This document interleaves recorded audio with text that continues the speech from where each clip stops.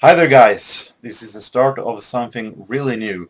I felt like I've been just showing different styles from my collection and I've been showing some vinyl updates and doing some contests every now and then, participating in contests I might add. Uh, so I felt like I wanted to do something really new, so I have been thinking for quite some time to do this little program or whatever you might call it. It's called Two from One, and it's simple as this. I'm going to show two records from one artist and do a little talking around those records, talking about them and a little about the artist's career, like a little miniature portrait with a focus on two of the band's, in my opinion, best albums. And uh, it will be mainly focused on 80s artists.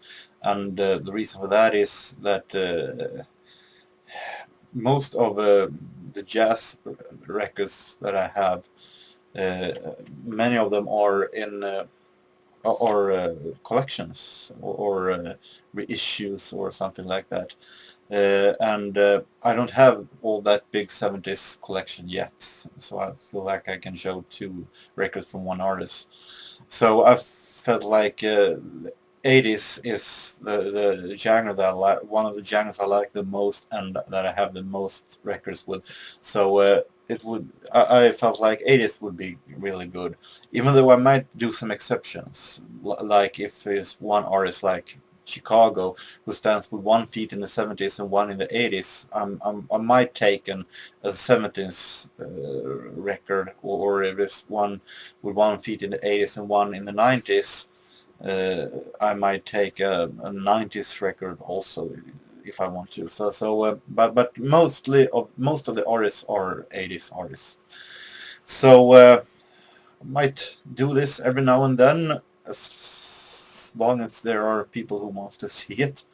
So let's start with the first band. This is a band that I felt a little ashamed of to have left out in Adam Lee's Male 80s Artists contest a couple of weeks ago. Uh, but I will definitely have them as an honorable mention. They started in 1978, and one of the first singer actually before they made an album were an artist that made pretty good all by himself. Is more famous as a solo artist than as a member of this band. Uh, Stephen Tintin Duffy, who quit the band before the first album was released, and then I think many of you have, if you haven't seen it already, that might know by now that it is Duran Duran I'm talking about. Going to show two records with Duran Duran, and both of them are from, in my opinion, their prime, in the beginning of the 80s. So starting off with their debut from 1981, and this is definitely an album that has grown on me for the past recent years. Actually, it's a really good debut album. Uh, Maybe one of the most interesting debut album from a band. This album actually is really like early new wave style, early British new wave style, uh, with very heavy bass, actually, very much bass and among the synthesizers, and it's a really it sounds maybe a little amateur, but maybe not amateur, but you can tell that it is a little. It's very early in the new British New Wave era. But it is very exciting album, very special. You have some songs that are hits, of course. You have Girls on Film, Planet Earth, Careless Memory, and so on. And then a great song called Sound of Thunder that I like very much. But you also have some more songs that sounds more atmospheric, more relaxing, like instrumental song, the final song called Tel Aviv. It's a very, very special debut album that has a lot of moods in it, both relaxing and some really great danceable early synth pop tracks. So I like this album very, very much. Uh, then came Rio, who I think is a masterpiece. It's an awesome album, but I felt like so many have shown that record, so I felt like I wanted to do something a little more special. So I took the album after that, Seven and the Ragged Tiger from 1983.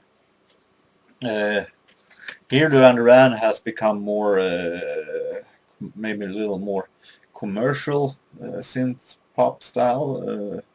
Little stronger melodies, definitely stronger production.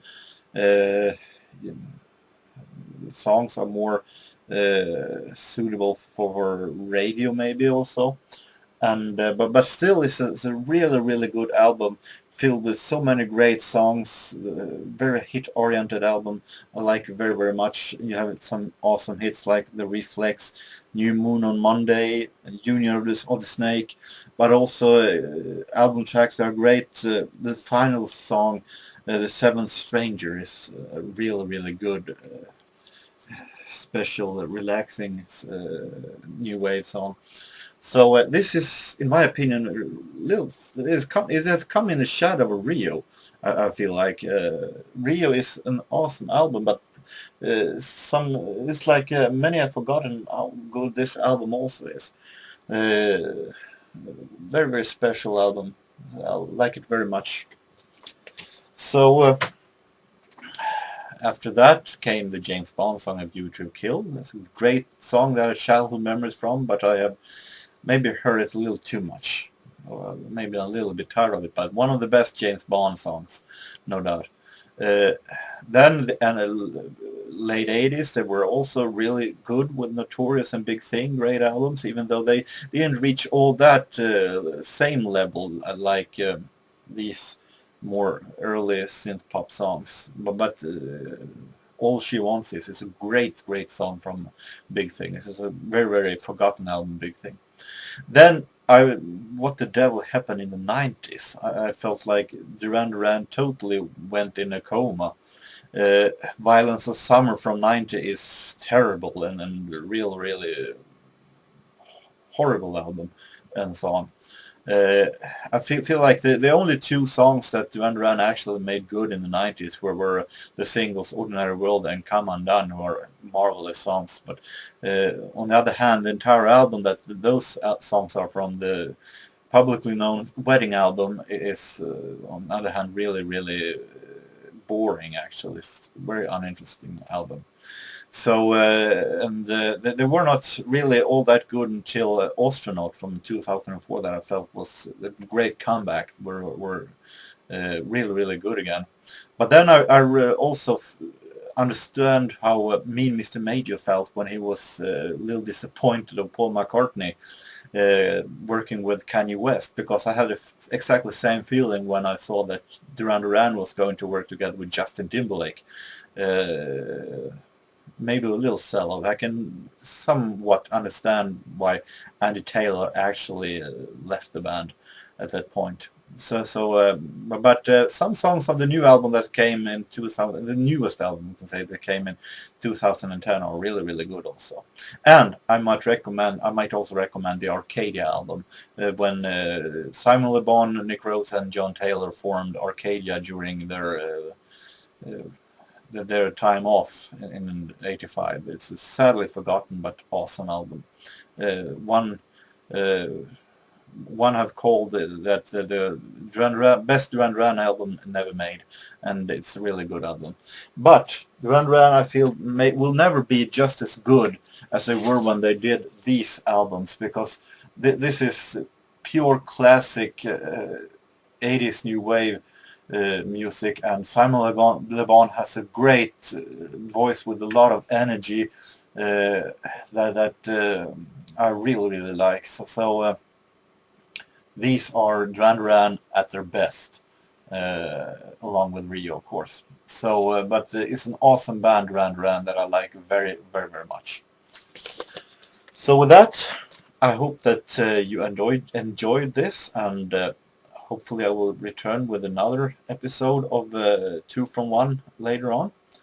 And until next time, have a very good and nice beginning of the week, and so long.